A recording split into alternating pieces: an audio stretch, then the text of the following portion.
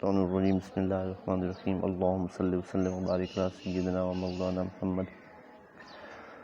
حضرت امام علی مقام کی مدینہ طیبہ سے رخصت کی حکمتیں۔ جب یزید کے گورنر نے حضرت امام حسین کو کہا کہ آپ یزید کی بیعت کریں تو آپ نے اس کو کہا کہ ہم بیعت نہیں کریں گے، یزید کا کردار اس لائق نہیں ہے کہ اس کی بیعت کی جائے۔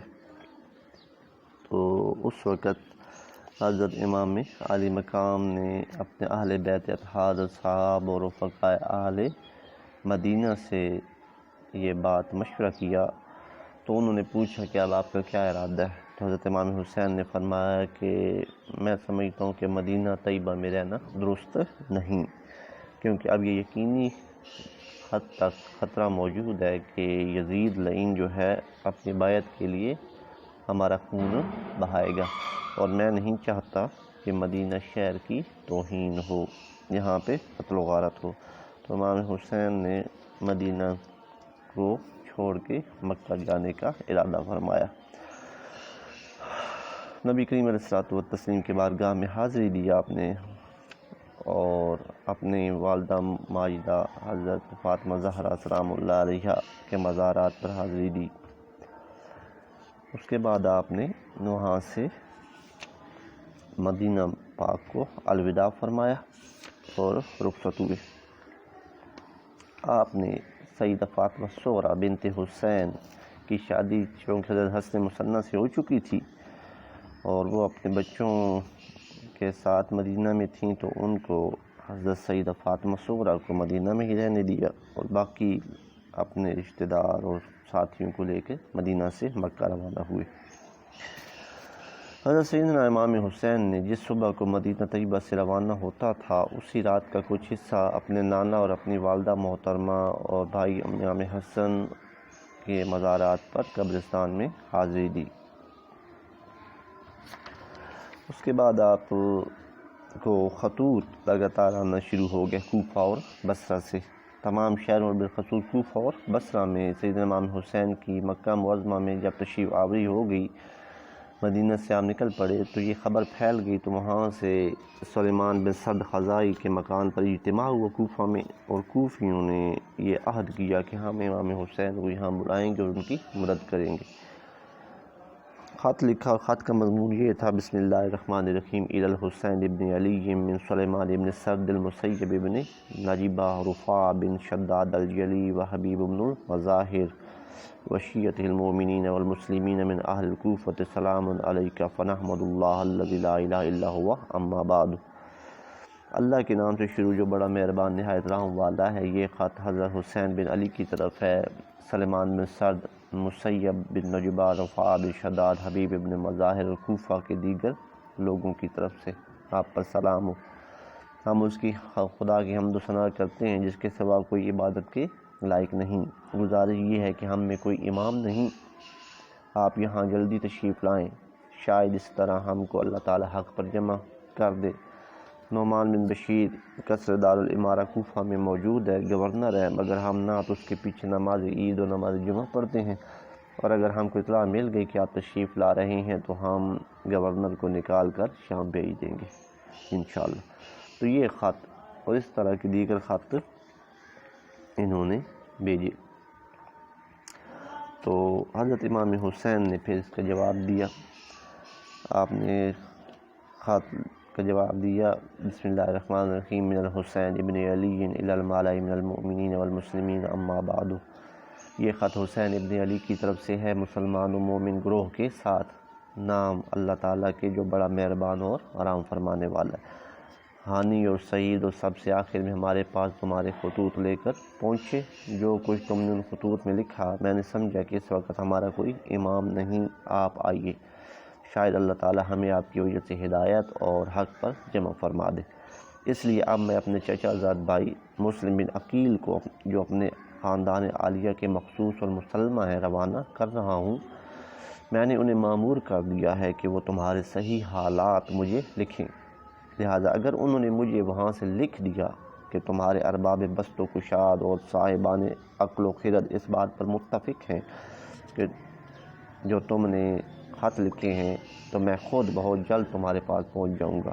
مجھے اپنی زندگی کی قسم امام برحق نہیں ہے مگر وہی جو کتاب اللہ کے مطابق عدل اور انصاف پر قائم رہے اور دین حق کا سپرد کار رہے اور اپنے نفس کو رضا الہی پر وقف کر چکا ہو۔ والسلام۔ تو یہ خط امام حسین نے ان کو جواباً لکھا۔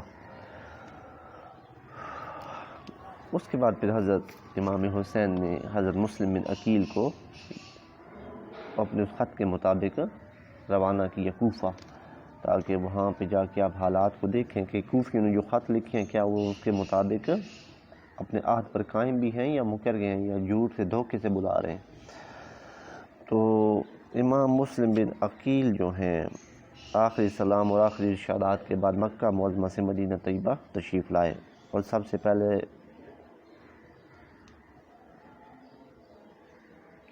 روضہ مصطفیٰ صلی اللہ علیہ وسلم پر حاضری دی مدینہ میں آ کر، اور پھر ریاض الجنہ میں نوافل پڑھے۔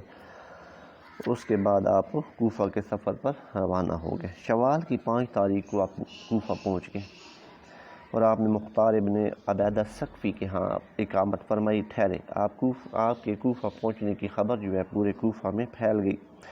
لوگ جوک در جوک آپ کے ہاتھ پر بیعت کرنے لگے۔ کچھ لوگوں نے کہا کہ ایک ہی دن میں 12,000، کچھ نے کہا کہ 25,000 تک لوگوں نے آپ کے ہاتھ پر امام حسین کے لیے بیعت کی۔ 18,000 افراد کی بیعت کرنے اور حالات سازگار ہونے کی کیفیت امام مسلم بن عقیل نے خط میں لکھ کر حضرت امام حسین کو روانہ کر دی، اور خط آپ نے لکھا وہ یوں تھا: بسم اللہ الرحمن الرحیم، الحمدللہ الذی وبحمدہ وسلام علی نبیہ وآلہ، السلام علیکم ورحمۃ اللہ وبرکاتہ، یا اخی الحسین، اما بعد۔ اللہ تعالیٰ کے نام سے جو بڑا مہربان نہایت رحم والا ہے، اور سب تعریفی اسی کے لائق ہیں، اور سلام اور درود ہو اس کے نبی صلی اللہ علیہ وسلم پر اور ان کی آل اطہار پر۔ اے حسین رضی اللہ عنہ، آپ پر سلام اور رحمت اور برکت ہو۔ میں نے اہل بیت سے ہو کر کبھی جھوٹ نہیں بولا اور نہ اہل بیت نے کبھی جھوٹ بولا۔ تمام اہل کوفہ آپ کے ساتھ ہیں۔ 18,000 لوگوں نے میری بیعت کر لی ہے۔ میرا خط پڑھتے ہی آپ جلدی تشریف لے آئیں۔ یہ خط حضرت سیدنا مسلم بن عقیل نے عابس بن شیب شاکری اور قیس بن مصر سعدادی کے ہاتھ روانہ کیا۔ اس خط سے صحیح تعداد 18,000 ثابت ہو گئی، کیونکہ یہ تعداد سیدنا امام مسلم بن عقیل نے اپنی تحریری خط میں ذکر فرمائی۔ تو دوسری طرف مقامی حکومت کا رویہ جو تھا نا کوفہ کا، وہ نرم تھا۔ وہ اس طرح کے گورنر کوفہ جو تھے وہ نعمان بن بشیر، جو حضرت معاویہ کے دور میں کوفہ کے والی مقرر تھے اور یزید کے عہدے میں عہد میں اسی عہدے پر قائم تھے ابھی، یہ محب اہل بیت تھے، حضور کے آل سے محبت کرنے والے تھے، امن پسند تھے۔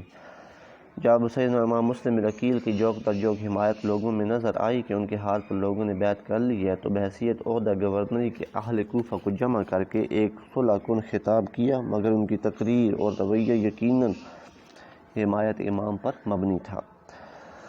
تقریر کچھ الفاظ کو یوں تھے: اے اللہ کے بندو، اللہ تعالیٰ سے ڈرو، فاتقوا اللہ عباد اللہ ولا تعاونوا علی الفتنة والفرقہ، فتنہ، فساد اور باہمی خلفشار و انتشار سے بچو، کیونکہ ایسا کرنے میں لوگ ہلاک ہوتے ہیں، خون بہتے ہیں اور مال تباہ ہوتے ہیں۔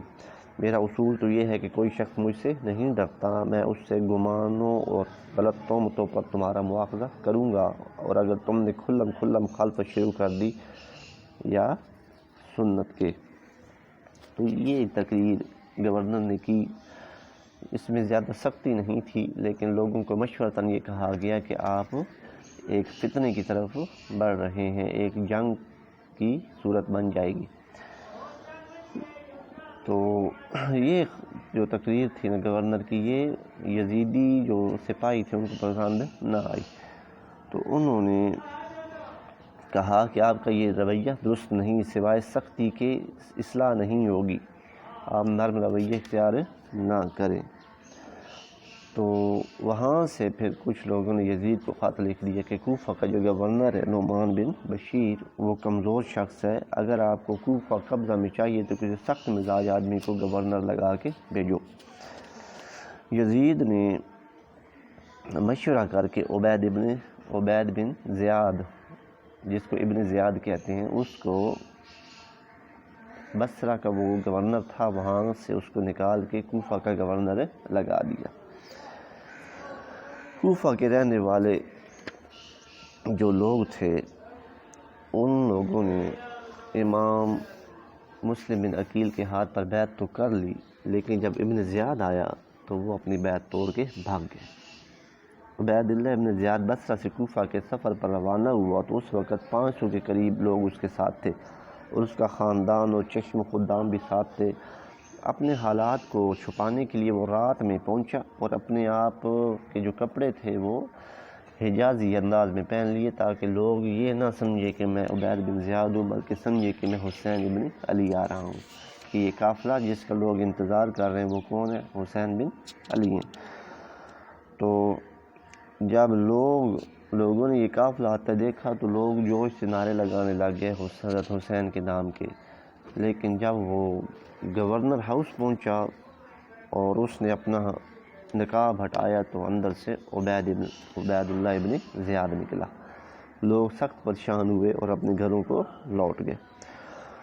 اسی شام اس نے نعمان بن بشیر کو فارغ کیا اور خود گورنر بن کے بیٹھ گیا۔ عبید اللہ ابن زیاد کے کوفہ کے گورنر کے تقرر کوفہ کے لوگوں میں خوف و حراس پھیلانے کی لہر کا سیدنا مسلم بن عقیل کو پتہ چل گیا۔ آپ نے مناسب سمجھا کہ ان حالات کے پیش نظر اپنی جگہ جہاں ٹھہرے تھے وہ تبدیل کر لی جائے، لہذا مختار ابن عبیدہ ثقفی کے گھر سے چلے گئے اور آپ نے ہانی بن عروہ کے گھر میں قیام فرمایا اور یہ بات کسی کو معلوم نہ ہوئی۔ مسلم بن عقیل کو چند یوم گزرے تھے کہ ہانی بیمار ہو گئے۔ عبید اللہ ابن زیاد کو معلوم ہوا کہ ہانی بیمار ہو گئے۔ چونکہ آپ رؤوس کوفہ میں سے تھے لہذا دوستانہ تعلقات کی بنا پر وہ اس کی عیادت کو آیا۔ اس کے بعد حضرت مسلم بن عقیل کی تلاش کے لیے ابن زیاد نے جاسوس چھوڑ دیے۔ جاسوسوں نے سر توڑ کوشش کی اور بالآخر یہ پتہ لگا لیا کہ حضرت مسلم بن عقیل ہانی بن عروہ کے گھر میں ہی موجود ہیں۔ ہانی بن عروہ یہ وہ صاحب ہیں جو اپنے قبیلہ کے سردار تھے اور بڑے بزرگ و صاحب اقتدار تھے۔ جب کسی مہم کے لیے نکلتے تھے تو 4000 زرہ پوش اور 8000 پا پیادہ لوگ ان کے ساتھ ہوتے تھے۔ ان کی اپنی ایک طرح کی فوج تھی۔ شہادت کے وقت ان کی عمر 98 سال تھی۔ یہ بڑی شخصیت تھے۔ عبید اللہ ابن زیاد کو اپنے جاسوس موکل کی زبانی امام مسلم بن عقیل کے متعلق یہ معلوم ہو گیا کہ آپ ہانی بن عروہ کے گھر میں مقیم ہیں، تو ابن زیاد نے محمد بن اشعث، اسما بن خارجہ کو بلایا اور کہا کہ ہانی کئی روز سے نہیں آئے، ان کو بلا کر لاؤ۔ تو ہانی بن عروہ کو گورنر ہاؤس میں بلایا گیا اور انہوں نے پوچھا کہ کیا تمہارے پاس، ہمیں پتہ چلا ہے کہ مسلم بن عقیل تمہارے پاس ہے اور تم نے پناہ دی ہے۔ تو ہانی نے کہا کہ میرے پاس ہے اور وہ میرے مہمان ہیں۔ حضرت ہانی نے جواب دیا کبھی نہیں ہو سکتا کہ میں انہیں تمہارے حوالے کر دوں۔ تو ابن زیاد نے کہا پھر یہاں آپ کا چھٹکارا مشکل ہے جب تک ان کو میرے پاس نہ لاؤ۔ ہانی نے فرمایا واللہ لا اجیئک بہ ابدا اجیئک بضیف تقتلہ، اللہ کی قسم میں ان کو ہرگز تمہارے پاس نہیں پیش کروں گا اس لیے کہ تم میرے مہمان کو قتل کر دو گے۔ عبید اللہ ابن زیاد نے جب دیکھا کہ ہانی بن عروہ ان کی بات نہیں مان رہے تو انہوں نے حضرت ہانی کو تھپڑ مارا اور عصا سے حضرت ہانی کو اس قدر مارا کہ آپ کے رخسار مبارک پھٹ گئے اور ناک کی ہڈی ٹوٹ گئی اور آپ کو قید کر دیا گیا۔ یہ ظلم حضرت ہانی بن عروہ پہ ہوا۔ اس کے بعد کوفہ میں خبر پھیل گئی کہ حضرت ہانی کو قتل کیا گیا ہے، تو ہانی کے جو رشتہ دار تھے انہوں نے گورنر ہاؤس کو گھیرے میں لے لیا۔ قاضی شرح کو لایا گیا اور اس نے تسلی دی کہ ہانی جو ہے وہ محفوظ ہیں، ان کو قتل نہیں کیا گیا۔ حضرت مسلم بن عقیل جو ہے اپنے لوگوں کے ساتھ آئے اور انہوں نے بھی گورنر ہاؤس کا گھیرا کر لیا۔ تقریباً 20,000 لوگ تھے جنہوں نے گورنر ہاؤس کا گھیرا کیا۔ اس شیطانی مکر و فریب کا پھر اثر یہ ہوا کہ جب گھیرا ہو گیا اور لڑائی شروع ہو گئی تو حضرت ہانی جو ہیں ان کو اور حضرت مسلم بن عقیل کو گرفتار کرنے کے لیے انہوں نے ایک منصوبہ بنایا۔ منصوبہ کیا تھا کہ ابن زیاد نے بڑی منت سماجت کر کے قاضی شریح سے کہا کہ تم نے ان لوگوں کو یہاں سے لے جانا ہے اور ان کو تسلی کرنی ہے اور کہنا کسی مصلحت کے تحت انہوں نے ان کو پاس بٹھایا ہوا ہے کیونکہ ان کے دوستانہ تعلقات ہیں۔ چنانچہ قاضی شریح نے باہر لوگوں کو تسلی دی اور کہا کہ تم اپنے اپنے گھروں میں چلے جاؤ، ایسی کوئی بات نہیں، ہانی بخیریت اور سلامت ہیں۔ تو عمر بن حجاج نے کہا الحمدللہ اگر وہ خیریت سے ہیں تو ہم کو یقین آ گیا، لہذا سب چلتے ہیں۔ گویا کہ یہ بھی ایک کرن تھی کہ شاید حضرت ہانی بچ جاتے، لیکن یہ کرن نمودار ہوتے ہی آن کی آن میں غائب ہو گئی۔ یہ خبر تو پہلے مشہور ہو چکی تھی لیکن ہانی کے گھر سب رو رہے تھے۔ امام مسلم بن عقیل کیسے برداشت کر سکتے تھے کہ معزز میزبان کی انہی کی خاطر مصائب میں گرفتار رہیں اور وہ ابھی تک گھر نہیں آئے۔ چنانچہ امام باہر نکل آئے، چند افراد کو ہمراہ لے کر سیدھے قصر دارالامارت پہنچ گئے اور کچھ لوگ بھی ساتھ شامل ہو گئے۔ جب ابن زیاد کو پتہ چلا کہ مسلم بن عقیل تشریف لے کر آ رہے ہیں اور قلعے کا محاصرہ کرنے لگے ہیں تو اس نے کوفہ کے رؤساء جن کی تعداد 20 تھی اور کچھ 10 افراد تھے اور کچھ باہر اس کام پر مامور تھے کہ وہ لوگوں کو ڈرائیں اور دھمکائیں۔ چنانچہ وہ 20 افراد قلعے کے اوپر چڑھ کر لوگوں کو ڈرانے لگے کہ ہم رؤساء کوفہ ہو کر تم کو بتا دینا چاہتے ہیں، لوگوں اپنے گھروں میں چلے جاؤ، جلدی کرو، یزید کے لشکر آ رہے ہیں اور وہ تمہیں قلعہ کما کر دیں گے اور تمہاری اولاد اور تم کو ایک دوسرے سے جدا کر دیں گے، یعنی قتل کر دیں گے۔ اس شیطانی مکر کا کافی اثر ہوا، لوگ متفرق ہو گئے اور بھاگنے شروع ہو گئے، یہاں تک کہ عورتیں آدمیوں کو، لڑکے باپوں کو اور باپ لڑکوں کو، مائیں بیٹوں کو، اپنے اپنے قریبیوں کو بلا بلا کر لے گئے کیونکہ یزید کے لشکر کا خوف ہر طرف پھیل گیا۔ اب چند سو آدمیوں کی تعداد امام مسلم بن عقیل کے ساتھ ہے۔ آپ نے خیال کیا کہ اور تو لوگ ڈر اور لالچ و انعام اکرام کے خاطر چلے گئے، امید ہے کہ یہ نہیں جائیں گے، لیکن معلوم نہیں کہ یہ بھی آخر وقت میں چھوڑ گئے۔ جب مغرب کا وقت ہوا، جامع مسجد انبیاء کوفہ میں آپ نماز کی ادائیگی کے لیے تشریف لے گئے اور یہ افراد جن کی تعداد 500 کے قریب تھی وہ بھی ساتھ رہے۔ جب اذان کے بعد جماعت کھڑی ہوئی، امامت کے افراد امام مسلم بن عقیل ہی فرما رہے تھے تو سب آپ کے پیچھے کھڑے تھے، لیکن جب آپ نے سلام پھیرا تو ایک شخص بھی پیچھے موجود نہیں تھا۔ تو کوفہ کے لوگوں نے یوں دھوکہ دیا، پہلے خط لکھے، بلایا اور پھر سب بھاگ گئے، یہاں تک کہ وہ 500 آخری افراد بھی نماز میں آپ کو چھوڑ کے بھاگے۔ اس کے بعد جب آپ باہر نکلے تو دیکھیں کہ کوئی ہمسر نہیں ہے۔ آج شہر کوفہ کے عظیم گنجان آبادی میں آپ ادھر ادھر بے رات گزاریں، کہاں گزاریں؟ کوفہ کی وسیع خطہ میں 2-4 گز زمین کا ٹکڑا شب گزارنے کے لیے نظر نہیں آتا، ہر طرف دشمن ہو گئے۔ اس کے بعد پھر حضرت مسلم بن عقیل کو گرفتار کر لیا گیا اور آپ کو شہید کر دیا گیا، لیکن آپ نے خط حضرت امام حسین کو لکھ دیا تھا کہ حضرت امام حسین جو ہے وہ وہاں سے روانہ، مکہ سے روانہ ہو چکے تھے۔ 8 ذی الحجہ 61 ہجری کو امام حسین مکہ سے روانہ ہوئے۔ طواف اور سعی کے بعد اپنے حج کو عمرہ مفردہ کے ساتھ بدل کر عازم سفر ہو گئے، حج کا احرام اتار دی اور عمرہ کر کے آپ روانہ ہو گئے۔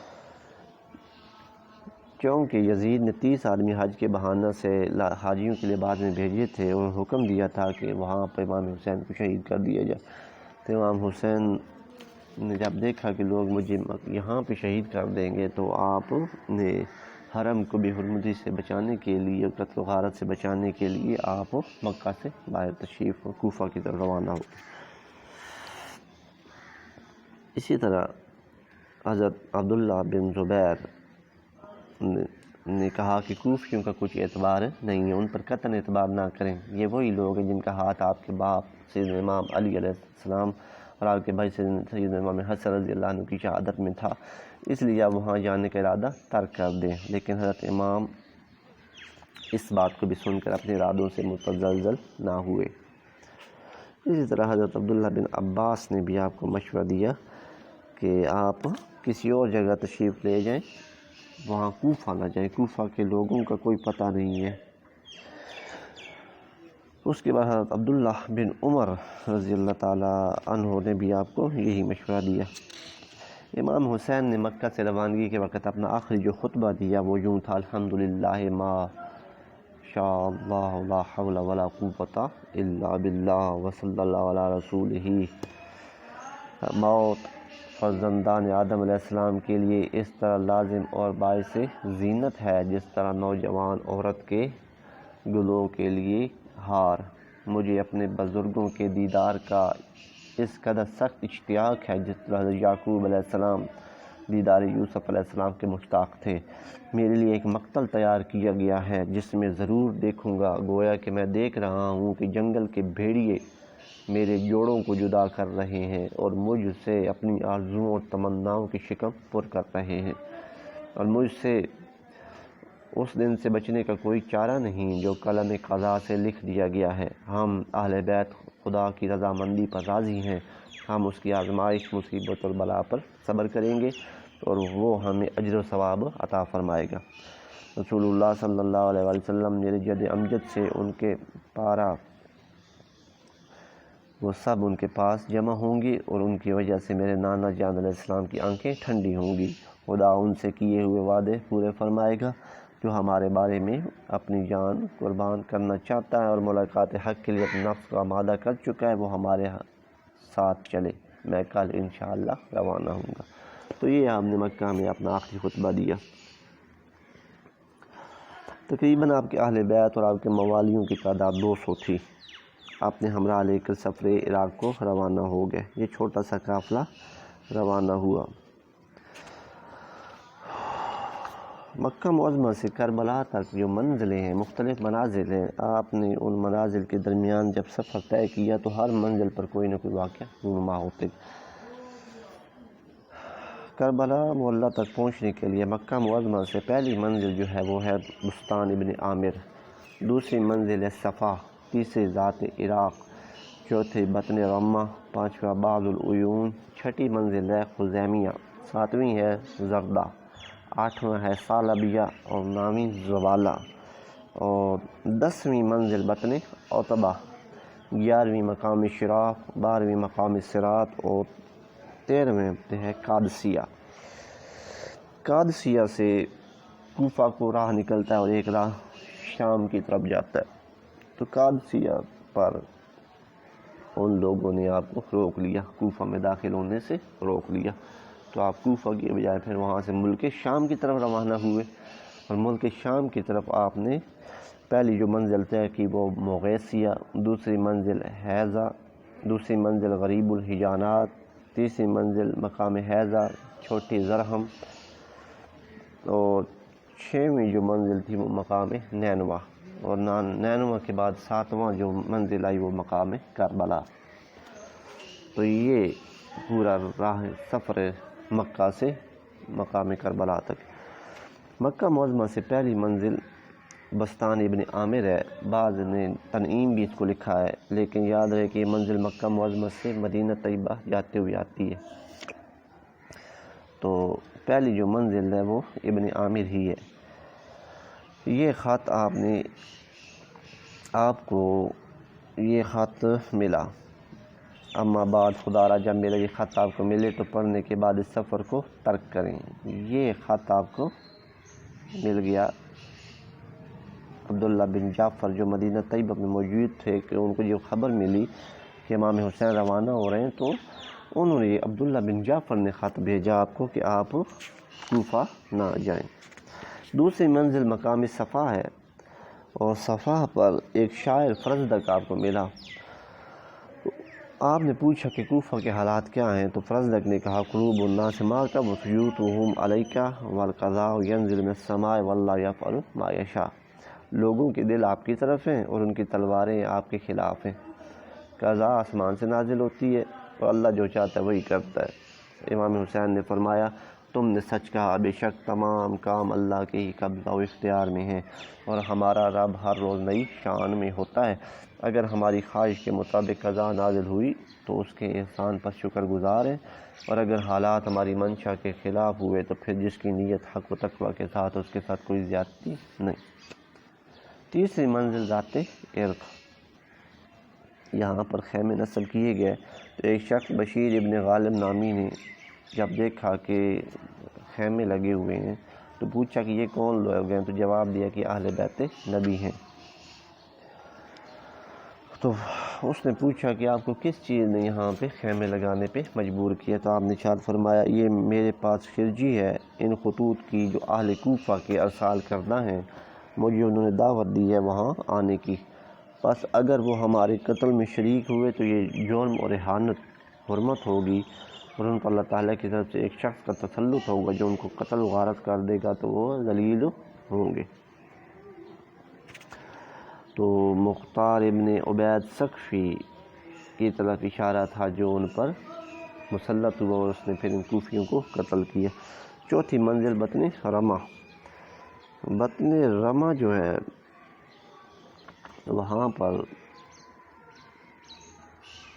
آپ نے فرمایا اس خط کا یہ ہے الحاصل کہ اللہ تعالیٰ کے نام سے جو بڑا مہربان و رحم فرمانے والا ہے، طرف حسین ابن علی سلام و تم پر اے مومنو اور مسلمان بھائیو، سب تعریف و ذات باری تعالیٰ کے لیے ہے، وہ ذات جس کے سوا کوئی معبود نہیں اور وہی حقیقی الہ ہے۔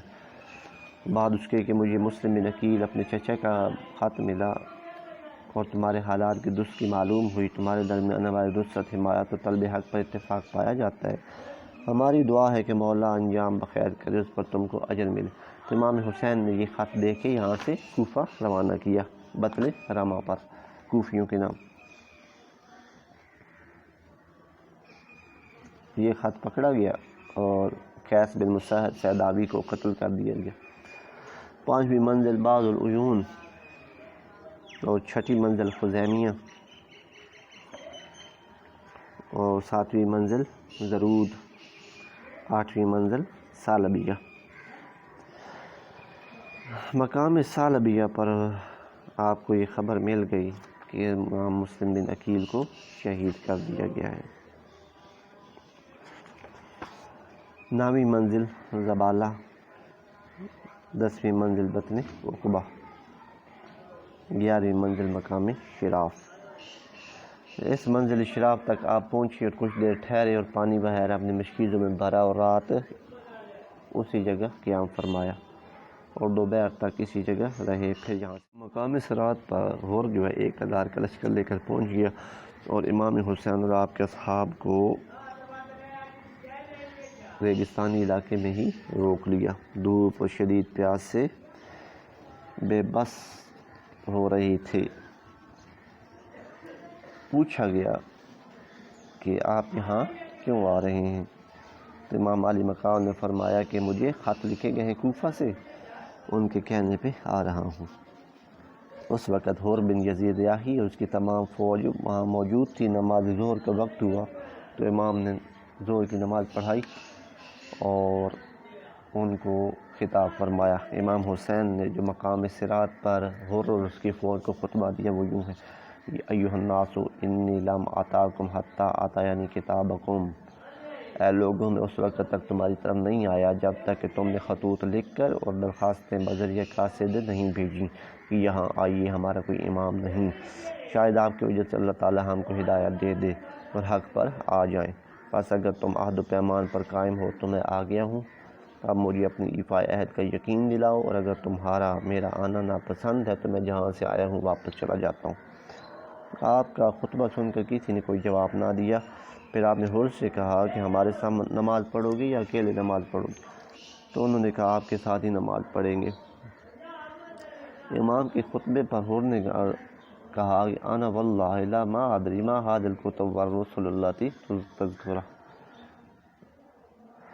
خدا کی قسم اٹھا کر کہتا ہوں کہ مجھے نہیں پتہ کہ کون سے خطوط اور قاصدوں کی آپ بات کر رہے ہیں، کن لوگوں نے آپ کو خط لکھے ہیں، مجھے کچھ علم نہیں ہے۔ تو وہ خطوط امام نے پھر ان کو دکھائے کہ یہ دیکھو کوفہ والوں کے یہ خط۔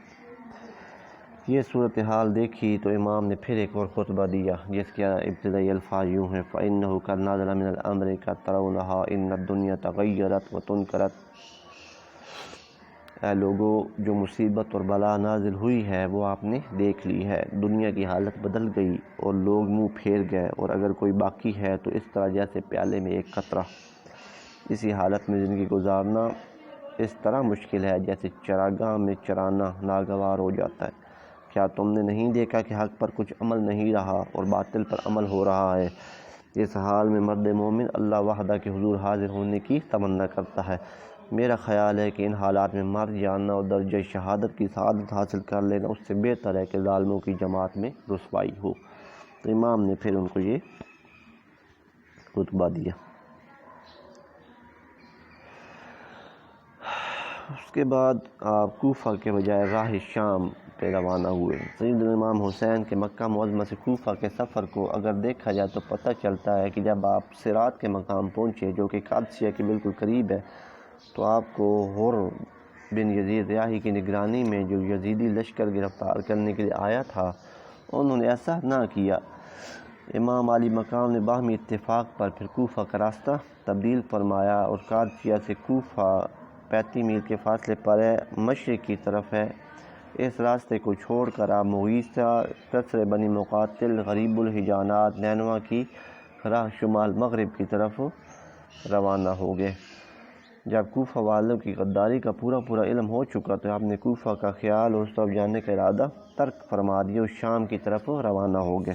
اور کوفہ سے کربلا شام کا فاصلہ بعد نے صرف 64 میل لکھا ہے، جو کہ بالکل غلط ہے، تقریباً 90 میل فاصلہ بنتا ہے۔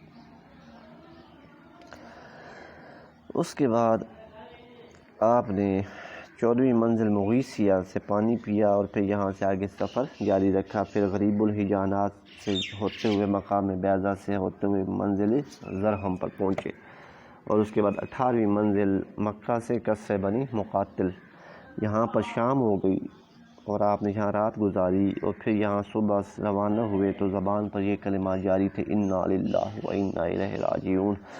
جناب علی اکبر نے آگے بڑھ کے پوچھا، ابا جان کیا بات ہے؟ تو آپ نے فرمایا، ابھی میں نے خواب میں دیکھا ہے کہ ایک گھوڑے سوار کہہ رہا ہے، یہ لوگ تو چل رہے ہیں اور موت ان کی طرف آ رہی ہے، بس میں نے معلوم کر لیا ہے کہ ہمیں موت کی اطلاع دی گئی۔ اس کے بعد پھر اگلا مقام جو آیا وہ نینوا ہے۔ مقام نینوا پہ پہنچے، یہاں پہ حضرت یونس علیہ السلام کا مزار اقدس ہے، دریائے فرات بھی یہاں سے قریب ہے۔ یہاں پہ غار غاخریہ اور شیفا کی چھوٹی چھوٹی بستیاں بھی ہیں۔ تو یہاں پر پھر آپ جب پہنچے تو حر جو ہے وہ دوبارہ فوج لے کر پہنچ گیا اور اس نے آپ کو کہا کہ یہیں رک جائیں، مجھے حکم ہوا ہے کہ آپ کو آگے نہ جانے دیا جائے۔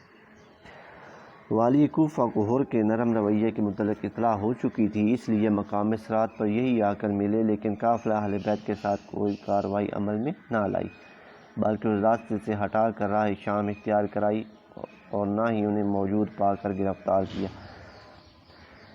تو جب وہاں سے پھر مقام نینوا سے اگلی منزل ہے وہ مقام کربلا ہے، یہاں پہ آپ پہنچ گئے۔ اس چٹیل ریگستانی میدان میں قافلہ اہل بیت نبوت ان کے اصحاب رکے تو امام حسین نے فرمایا، اچھا ہم یہاں ہی رک جاتے ہیں، اتنا تو بتاؤ اس ہولناک میدان کا نام کیا ہے؟